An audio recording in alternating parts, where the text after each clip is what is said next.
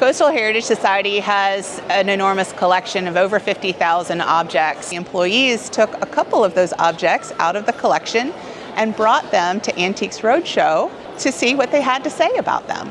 So this is actually a piece from Savannah History Museum's collection. It is an 18th century silk purse. It belonged to Lady Prevost, who was the wife of General Augustin Prevost, who was the British general that was in command of Savannah during the siege in the Revolutionary War. And it was actually gifted to the museum by their current living descendants. Family lore has always maintained that it was made and embroidered by an enslaved woman that was with the Prevost when they were here in Savannah. It is a rarer type of bag. I'm the managing director at Cora Ginsburg LLC, and we sell a lot of 18th century clothing, so it's really exciting to see this. I can pretty well date it more specifically in the 18th century based on the motifs. These vine motifs, which ultimately are influenced from Indian hangings and embroideries that come via the British East India Company.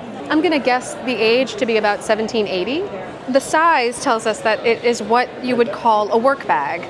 So it's a bag that would have held all the sewing implements that a lady would have used. When you find them, they're usually in Europe.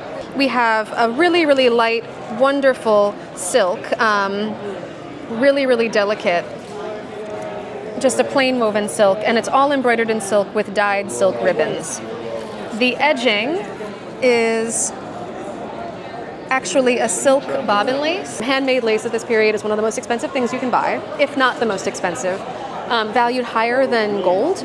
I mean, this one is a very simple one in the way that it's constructed, extremely simple, I have to say. So the value isn't necessarily in this lace, but other laces, absolutely. You are showing your lace in a portrait because it is phenomenally expensive. Work bags are a little bit rarer, and especially of this period, because they're quite delicate. You know, you think, how would you put all your sewing implements in this and like it doesn't tear or fall apart? Usually work bags were made by the woman who would have been using it, and probably something a lady, I should say, would have wanted to actually put her own stamp on, because her implements would have been in it that she would have used pretty much almost every night. The fact that you have the time to do such frivolous needlework, to embroider and make beautiful your work bag, oh yeah, that is definitely a pursuit that is reserved for only women of a specific social class. For insurance purposes, I would say $5,000. It's in amazing condition.